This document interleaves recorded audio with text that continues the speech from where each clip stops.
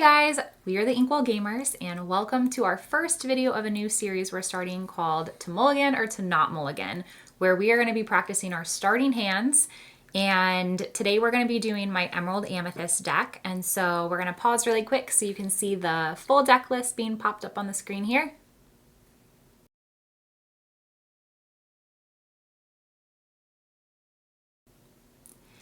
And so what we're going to do is basically practice 3 starting hands for a couple different decks that we're most likely to see in the current meta. And we are doing this before Chapter 2 comes out. And so currently we have the Ruby Amethyst, the Steel Amber, and then we're going to be doing mirror decks of whatever we're doing. So when Dalton does his, we'll do his mirror deck. But for mine, it'll be another Emerald-Amethyst deck. So are you ready to get started? Yeah, and you can correct me if I'm wrong, Dana, but your version of the deck isn't necessarily the most typical version of the deck, right? You have Elsa's and Ursula's, which is really exciting. So yeah, how do you think that's going to change how it plays? I think at least for the mirror match, I would say that I'm playing a lot of higher cost characters that are more aggro. And so I think, like you said, it's not the typical Emerald Amethyst deck that most people are playing. So I think in my head, I will hopefully get in a little bit of an edge over that mirror match just because it's not something that they might expect. Like when they start to see my first couple turns and realize that I'm playing the same color as them, I think they're going to already have assumptions about what my deck's going to look like. And I feel like I'm pushing it to the limitations. So I know that there are definitely things that you wish I did differently about my deck, but I'm feeling very emotionally attached to some cards.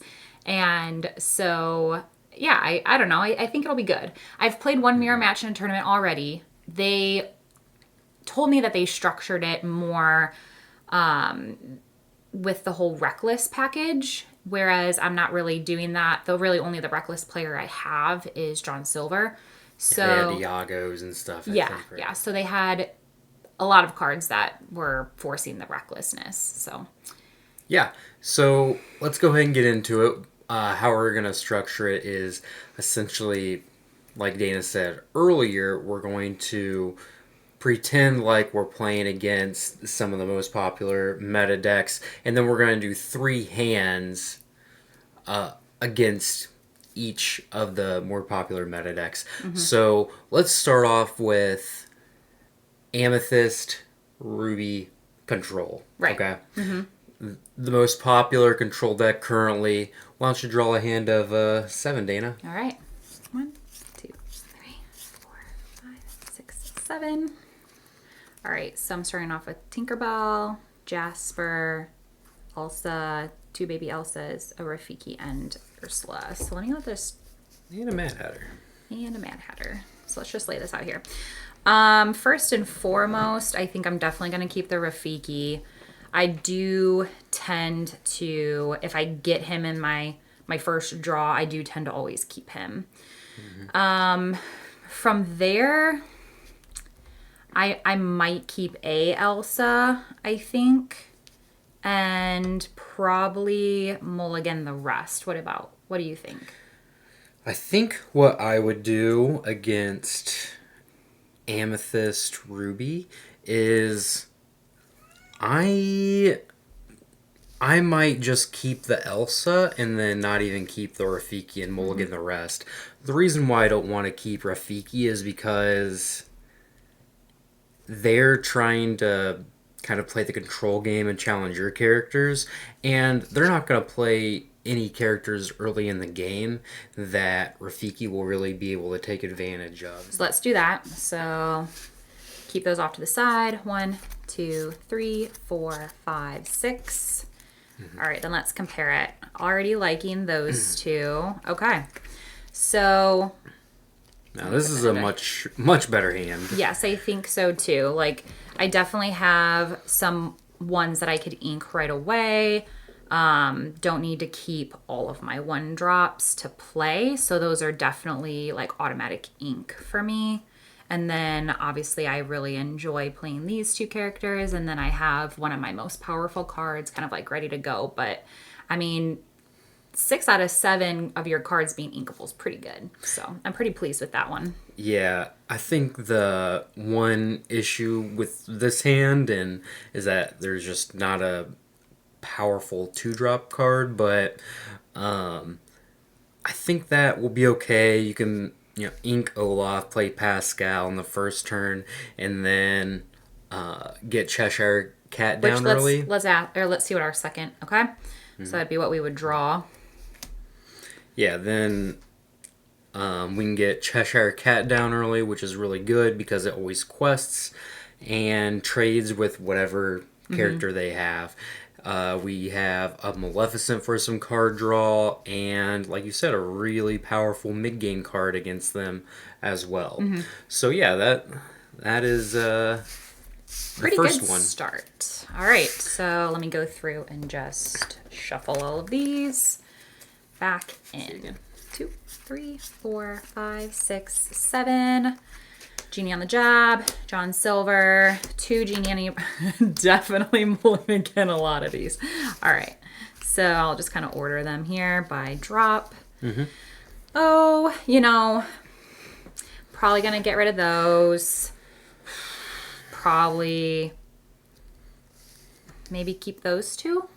I definitely agree. I like the aggressive mulliganing because some of the cards that you really want to see, I mean, these are obviously really strong cards, but like Cusco is the card you want to see most. Right. So Cusco is definitely the one where I'm like, if I get him in my first hand, I'm keeping him no matter what. yeah, he's good in a lot of different matchups. So yeah, I would get rid of these 5 and let's see what we draw here. 1, 2, 3, 4, 5. Big Elsa, Tink, Jafar, there's the Cusco, and here's the Meg. Okay. Yeah, I think the one issue with this hand is that you're most likely your first turn or your first play is going to be Cheshire Cat on turn 3, but I think that's okay. Sorry, I'm trying to get in the camera for you guys all. Yeah, I think that's okay. You have enough, like Cheshire Cat into Tink, into Cusco, and Elsa eventually. That might be strong enough to race them a little bit. So, All right, let's see what the first. Okay, and then that would be what I would draw first. Yeah. Okay. All right. That one's a little bit more difficult, like you said, to kind of get going, unlike the first hand where you had a bunch of lower cost that you could for sure just ink. Sorry if you hear our dog snoring in the background. I think it's still soft enough, but sweet little whistle. oh. Okay. Last one, 2, 3, 4, 5, 6, 7. Big Ursula, Cusco, Jafar, Small Elsa, Pascal, Big Genie, and Rafiki.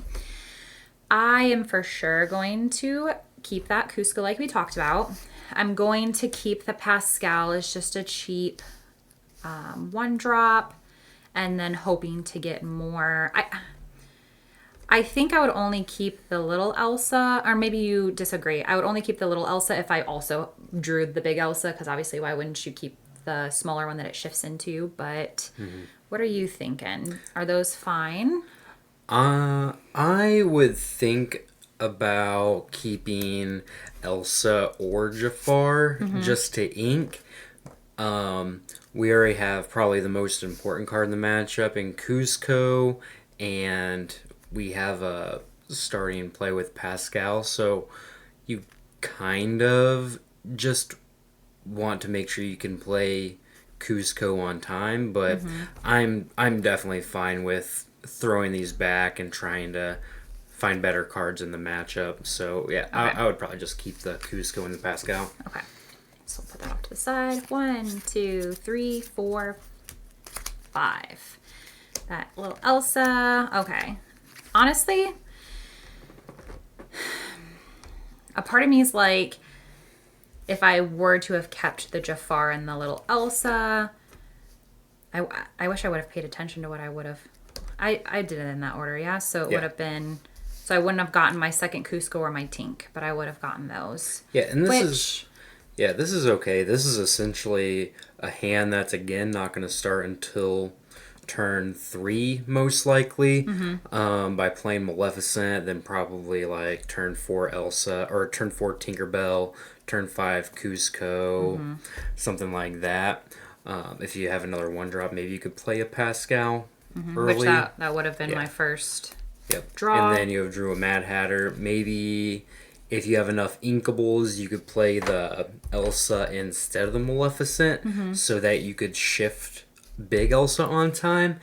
But yeah, I think you even drew into the second Cusco, which is really powerful as well. So I think that one would have worked out pretty well in that specific match for you. Okay, good deal. Okay. All right, so Just a minute. so now we'll do the Steel Song deck. Okay. So I think my game plan going into this one changes a little bit, in which I'm definitely looking for my Rafikis, a one drop, my Meg. I liked adding my Meg in there for the Steel Amber matchups because if I didn't get my Rafiki, but I got one of my one drops in my Meg, it allowed me to boost up to still challenge the Simba bodyguard. So I really liked that addition. I felt like whenever I did see it, it performed really well. So that's kind of like what I'm going to start to look for. Obviously, and still, if I see my Cusco, keep my Cusco. But I think that kind of changes a little bit of what I'm wanting to for sure keep. Yeah, and you're also looking for Jafar in this one as well Yes. because it's exceptionally good at challenging Stitch Rockstar and Tinkerbell. 1, 2, 3, 4, 5, 6, 7. Big Ursula, Olaf, friends on the other side, Big Genie, Big John Silver, second friends on the other side, Elsa. I think I'm going to keep one friends on the other side and one Olaf. And maybe the baby Elsa, or maybe not. But for sure putting the big 3 back, not their time yet. And then one of the, I don't need both friends on the other sides. What do you feel about keeping these 3? I would probably still keep the friends on the other side instead of the Elsa or maybe in combination with the Elsa, because at worst it's just going to be an ink, but at best it's still a really strong card in basically every matchup. So I would probably keep both of these, throw away the big cost characters, and let's see what you draw. Maybe Can we do a 2 scenario? Like, can I see what my first 3 would be? And then if I'm like, okay, if I were to have gotten rid of that, I'll pull the other one and see. Yeah. Okay, let's do that. What were you going to say? I didn't even I'll say, or maybe throw away the Elsa, but I would probably keep both friends on the other sides. Okay, so if we were to have kept all 4, I would have gotten a Mad Hatter, another friends on the other side, and a Pascal. If I were to have gotten rid of one of the 2 that we talked about, I Also would have maybe. gotten a Genie on the job. Ever Or impressive. ever impressive. Yeah. Okay, so let's just so- say that we did get that away. Friends on the other side, I have 3 of those now. One can definitely be an insurance ink. I have a 2 drop. I have one of my more powerful ones too, and I think I would kind of curve into that somewhat well. I think to be able to, I would probably ink one of the friends on the other side my first turn, maybe, and then, or you know what, maybe ink. I don't know. What would I ink on my first turn? I think if you're going against Steel Song, you probably just ink the Pascal because it's so bad against Grab Your Swords and Tinkerbell. Yeah. And then you can just play Olaf next turn. You could probably ink a Genie, play Genie, and then on your third turn, Ink a Pascal. ink Pascal, play Friends on the other side. And then I got the my next Cusco turn, and you my can Cheshire.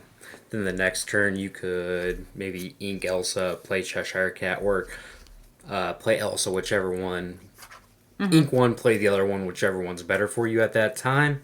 and you're kind of off the races because you'll have enough cards to keep up with them, assuming they don't just have a bunch of whole new worlds against you, and then you'll have some good threats as well. Yeah. But I feel like I struggle the most in games when my starting hand consists of a lot of my 1, 2, 3 drops. And then I get really indecisive about what to start inking and what to start playing. And then once I kind of get past that 3 drop part of the curve, I think then I'm comfortable with everything. But it's like I have so much, especially I have a lot of 3 drops.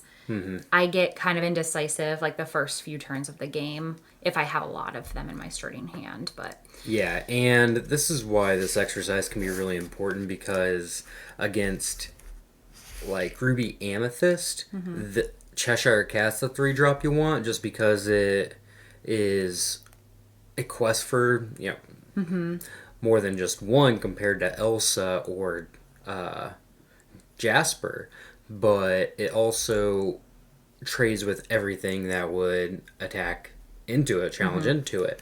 Whereas against the mirror match, instead of Cheshire Cat, you might want Jasper because that can slow him down a little bit, right? Yeah. So it's just knowing which cards that you want in specific matchups. Right. Knowing to ink Pascal in the Ruby Amethyst matchup and knowing to, maybe play Pascal out in the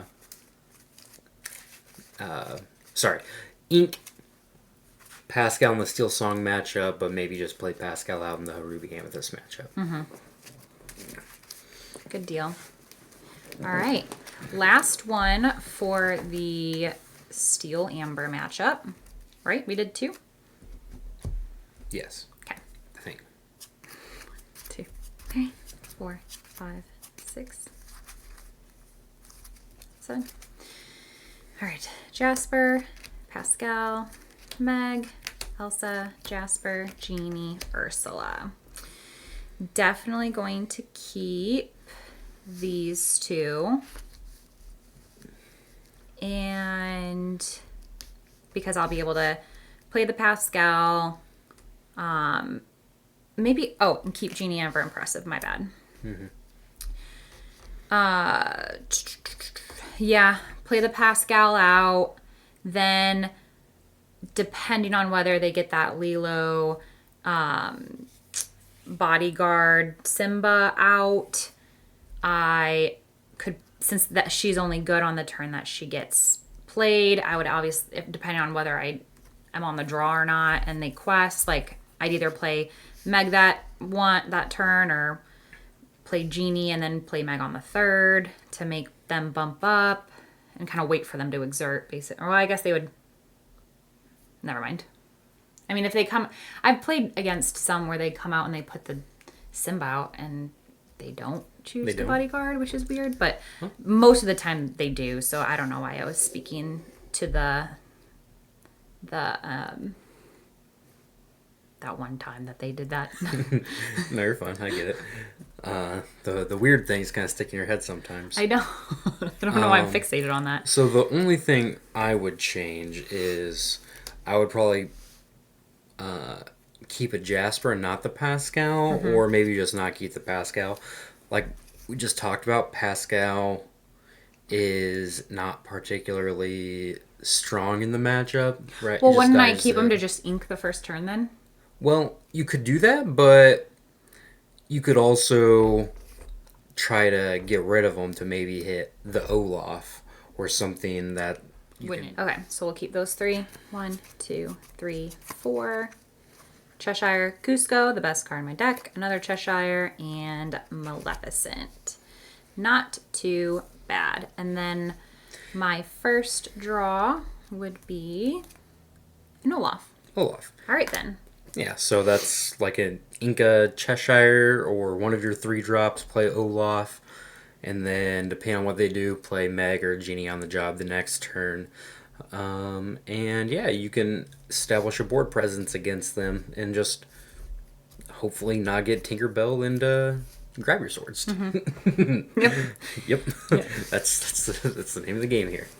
All right. Was that really my second one or my third one? I know I said that that was my third one, but I almost wonder if that was only two. You want to do one more? We'll do one more. So, okay. So, the last one, the third or the fourth, for good measure, it's probably the Steel Amber is going to be probably the most seen deck anyway. So if this is the fourth one because we have short-term memory, it's probably good that we're doing another one. 3, 4, 5, 6, 7. Friends on the other side: Cheshire, Pascal, Olaf, Maleficent, Maleficent, Pascal. Interesting. I am, gosh. Do I keep this? You could keep it all. Do Honestly, I keep it it's all? really not bad. That way I can ensure that I have my friends, I have my Maleficent, so I'm getting extra card draw pretty quickly, and I have enough things to ink to get to that point. I would probably just throw away like Pascal and Cheshire. I think Cheshire probably is your worst 3-drop in the matchup. So I want like maybe Jasper or something that has some stats against them. So I would probably at least get rid of those two and maybe the other Pascal. But yeah, I'd probably get rid of the other Pascal too. Okay. I'm fine with that. All right. 1, 2, 3. Another friends on the other side, the Jasper and the Elsa. Cool. Yeah, so, yep, this is probably just going to play out as inking an Elsa or a Maleficent first turn, playing out that Pascal. Or you mean that Olaf? Yeah, the Olaf. And really just hoping to... Well, we're not going to draw the 2-drop, but I think our Jasper and the friends on the other side will probably help us smooth out the mid-game. Yeah, we have drew a Tink. So, yeah, I think it would have worked out fine. Okay. Good deal. All right.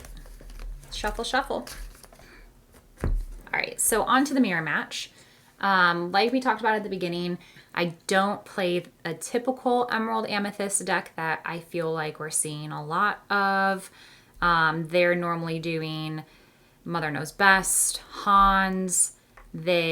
So as you guys saw on my deck list, I'm doing the Genie, Ursula, Elsa, Cusco. Am I missing another big one? John Silver. Typically in those, most mirror match decks aren't playing all of them, but I am because I'm just stretching the limit. And in all honesty, I feel like when we have gone to tournaments and I've played my deck like this, I am not necessarily dominating, but I feel like there are a lot of good games in which like either I win or like it might have just been a misplay or two just because I'm just newer.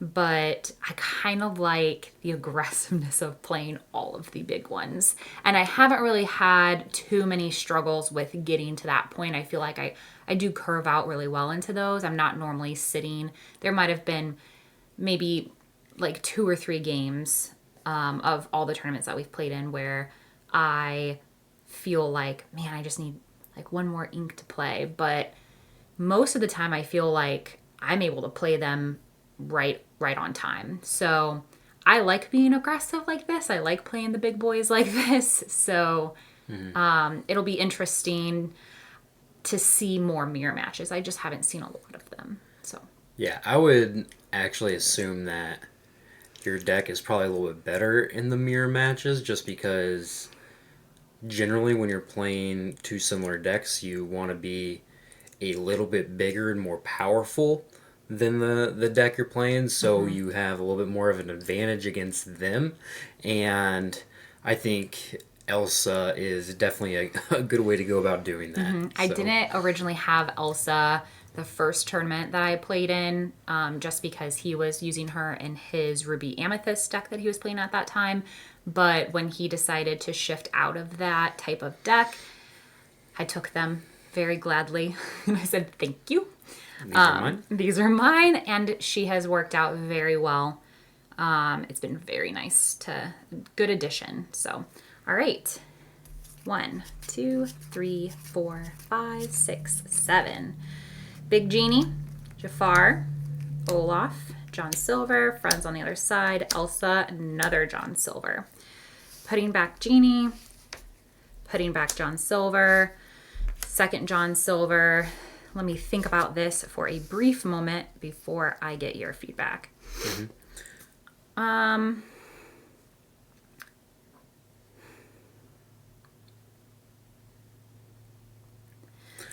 I might put back the one Jafar and keep the 3. What do you think? So I think it's important to recognize your role in the mirror match. You're going to be a little bit bigger, a little more controlling of a deck just because you have more expensive cards. And I don't think Elsa necessarily lends to that role for you. I would definitely keep those 2. And I think one of the cards you definitely want to see in this matchup is Rafiki. So I would keep Olaf as a good way to establish a character early. Keep friends on the other side just because it's generically really good. And then Do the rest? Yep, do All the right. rest. 2, 3, 4, 5. Tink, another friends on the other side, Cheshire, there's Makusco, and Jasper. I think that's better. Yeah, and Jasper is also another decent card in the mirror just because it has pretty good stats and it helps you in those racing scenarios as well. Right. Yep. So yeah, And then first draw, Pascal. and yeah. So what would you do there your first couple turns with what we have right now? I would probably ink the Pascal and play the Olaf. Mainly because I think if you draw like a Meg, they're gonna have evasive characters too, so that makes the Pascal a little bit worse. But also, if you draw something like Meg, that means Olaf could attack into Cheshire Cat or Flynn Rider, or maybe if they have Elsa's or whatever. So I think that's really important to help establish early. Okay, cool. All right. First one down. All right. Second one. 2, 3, 4, 5, 6, 7. Jasper, Pascal, friends on the other side, friends on the other side, Maleficent, 2 big Elsas. Putting those back. Probably putting Pascal back. Probably putting 1 friends on the other side back. Yeah, that's fine. Ugh. Do I keep all 3 3-drops? I might even put Maleficent back, honestly. Okay, and then keep the Jasper. Yeah. Okay. 1, 2, 3, 4, 5. Let me shuffle those to the side. And then Mad Hatter, Genie on the Job, Genie on the Job. This is probably my first bad hand. And then Rafiki. Okay. Interesting. So, not good. I just feel like I don't have I don't have anything to play on my first or second turn. Okay. Yeah. And that's my first draw, but we can put that off to the side. I think that's okay. Like, you could first turn ink Mad Hatter, second turn ink Jasper or Tinkerbell, whichever one you prefer. Probably Jasper's my guess. Or even the Maleficent because we drew that. And then ink probably whichever one we didn't ink the first time. And then that puts us in a good position for Rafiki to clear whatever they play early, assuming they quested with it. If they didn't quest with it, then we have a pretty easy friends on the other side the next turn and a Tinkerbell. And that would have drawn us into Pascal, which is another inkable, and Kuzco. So I don't mind. I don't think I would mind being a little bit slower. Mainly because you have Rafiki, which can be a really strong card in the matchup. Just being able to take out their Flynn Rider or their Cheshire Cat pretty easily. Okay. Interesting. That was probably one of the hardest ones that I've done tonight. So definitely pretty sketchy of a start I think I would have. All right. Shuffle, shuffle. All All right. And this brings us to the climax. To the last one. All right. 1, 2, 3, 4, 5, 6, 7. Meg, Jasper, Jeannie, Meg. Oops, sorry, I'm getting a little erratic here. Pascal and friends on the other side. So 2 Jeannies, 2 Megs, Pascal. Honestly, I would kind of keep all of this.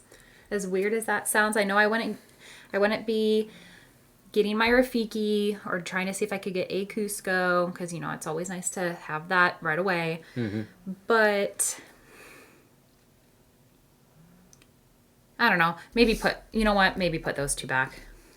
I think I might keep Meg just because. Both? For an ink? Well, no, I'm not keeping it for an ink. I just think it is likely that it helps multiple characters trade into like a Cusco at some point, or it helps Genie trade. It just helps you make really favorable trades.